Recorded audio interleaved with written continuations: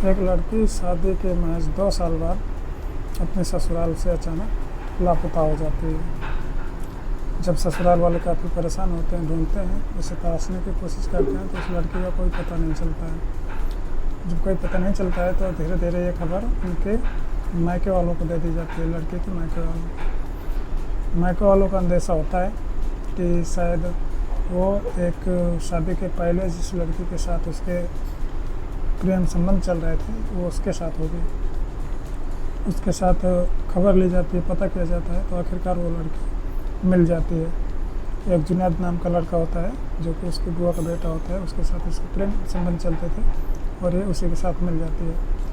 काफ़ी सामाजिक जो दबाव होता है उसको देखते हुए ये लड़की वापस अपने घर आ जाती है और जो इसका पति होता है इस लड़की का, वो इस लड़की को माफ़ कर देता है क्योंकि इसका एक बेटा हो चुका था और वो अपने बेटे को देखते हुए इस लड़की को माफ़ कर देता है और अपनी वाइफ को वापस अपना लेता है, अपने साथ रख लेता है। लेकिन इस प्रेम संबंध के चलते आगे चलकर 2 हत्याएं हो जाती हैं।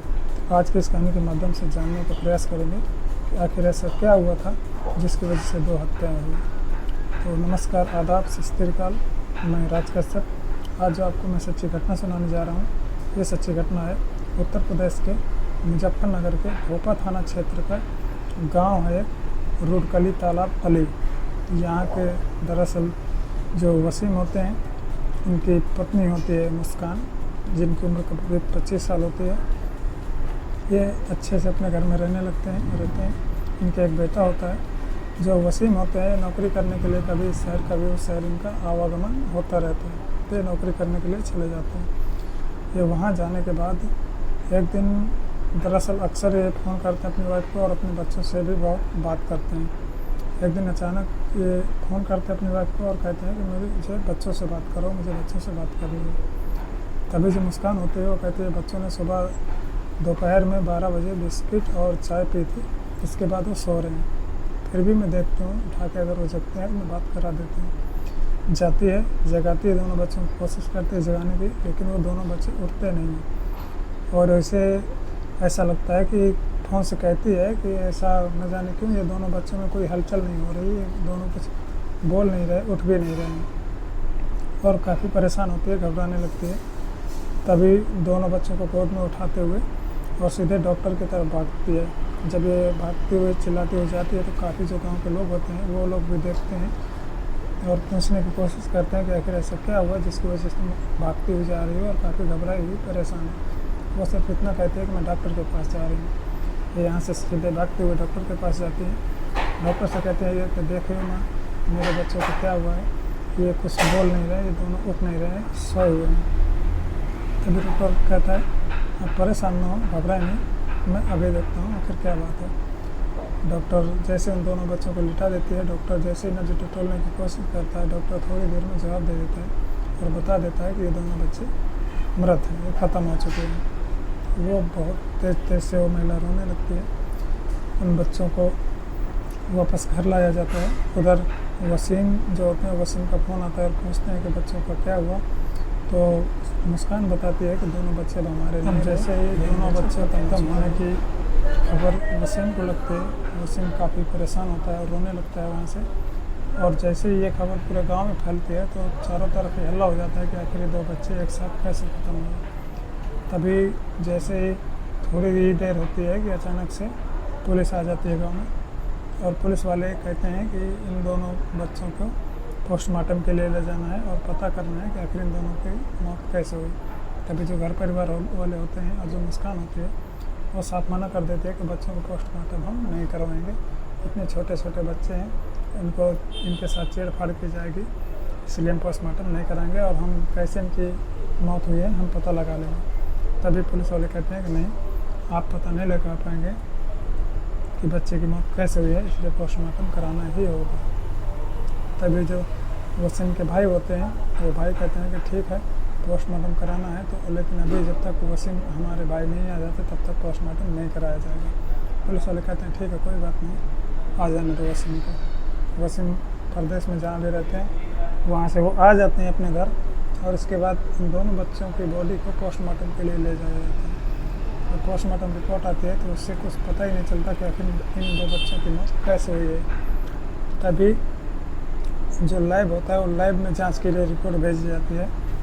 तो वहाँ से रिपोर्ट आने ही वाली थी कि इधर जो पुलिस होती है वो इंक्वायरी करना शुरू कर देती है और जब पूछताछ करती है उस महिला से, तो वो महिला जो कहानी सुनाई थी सबको कि मैंने इनको दोपहर में बिस्किट और चाय दी थी, बस इसके बाद कुछ नहीं दिया, वही कहानी हर किसी को बता रही थी और पुलिस के सामने भी वही कहानी बता रही थी हर बार।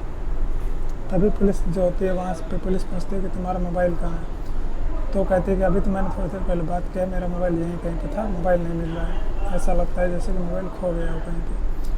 तभी सबको लगता है कि मोबाइल तो यहीं पे था, अचानक कैसे खो जाएगा, मोबाइल नहीं मिल रहा था। पुलिस काफ़ी सख्ती के साथ पेश आती है और उससे पूछताछ करती है। तब वो काफ़ी देर बाद बताती है कि हाँ मोबाइल मिल गया। जब मोबाइल पुलिस अपने हाथ में लेती है वो फ़ोन स्विच ऑफ होता है, उसका स्विच ऑफ खोला जाता है। स्विच ऑफ खोलने के बाद जब उसकी CDR निकाली जाती है तो CDR निकालने में पता चलता है कि एक जुनैद नाम का लड़का होता है जिससे जिस नंबर पे बात हो रही थी, तो उस लड़के का नाम होता है जुनैद। पुलिस पूछताछ करते हैं कि आखिरकार ये जुनैद कौन है, तो पता चलता है कि जुनैद इनकी बुआ का लड़का है और शादी के पहले से इनके प्रेम संबंध आपस में चल रहे थे, शादी के बाद भी चल रहे थे और 2 साल बाद शादी के ये उसी जुनैद के साथ भाग गए थे। लेकिन पारिवारिक दबाव जो था, सामाजिक दबाव था, उसकी वजह से ये वसीम के साथ वापस रहने लगती थी, लेकिन इसका मन कभी भी वसीम के साथ नहीं लगता था। ये हमेशा जुनैद के बारे में सोचती थी, उसके ख्यालों में डूबी रहती थी और उसके साथ टाइम पास करती थी, बातें करती थी। लेकिन अब समय ऐसा आ गया था कि अब जुनैद की शादी होने वाली थी। जब जुनैद की शादी होने वाली थी वो बात बताता है मुस्कान को। मुस्कान कहते हैं तुम किसी और से शादी करने से अच्छा तुम मुझसे शादी क्यों नहीं कर लेते हो।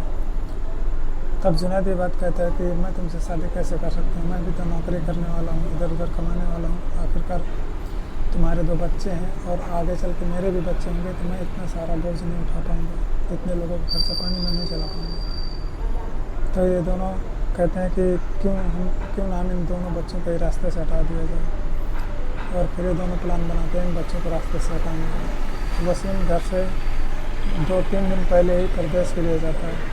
इसके बाद जो जुनैद होता है, वसीम के घर के जाने के बाद जुनैद आता है, रसगुल्ले लेके आता है मार्केट से और उसमें से कुछ दवाएं लेके आता है, जहरीली कीटनाशक जो दवाई होती हैं वो कीटनाशक दवाएं लेके आता है और ये रसगुल्लों में मिला के कीटनाशक दवाएं मुस्कान अपने बच्चों को दे देती है। बच्चे सुबह में खाते हैं, इसके बाद लेट जाते हैं और उनकी मौत हो जाती है। और ये इसको पता था कि जो इसका पति है वसीम, वो हर दिन फ़ोन करता है और बच्चों से बात करता है, इसीलिए आराम से बैठे थे कि जब उसका फ़ोन आएगा वसीम को और बात करने के लिए बोलेगा, मैं तभी बच्चों के पास जाऊँगी और अचानक से सब नाटक रचना शुरू कर दूँगी, जिससे कि किसी को शक न हो इस पर कि आखिर अपने बच्चों को हत्या इसने की है। आखिरकार ये राज सबके सामने खुल जाता है। लोगों को यकीन नहीं होता कि एक अवैध संबंध के लिए कोई अपने बच्चों को भी इस तरह से न दे सकता है। पुलिस गिरफ्तार कर लेती है इसको भी, जुनैद को, और जो मुस्कान इन दोनों को जेल भेज देती है। अब शायद वसीम कभी भी मुस्कान को माफ़ नहीं करेगा। तो दोस्तों, क्राइम आप कितना भी शातिर तरीके से कर लो, कितना भी आप सोच समझ के कर लो, लेकिन सत्य कभी छिपता नहीं, क्राइम कभी छिपता नहीं। आज नहीं तो कल आप पकड़े जाएंगे, इसलिए कभी भी क्राइम ना करें। आज के लिए इस कहानी में इतना ही। मिलते हैं फिर किसी नेक्स्ट वीडियो में, तब तक के लिए जय हिंद।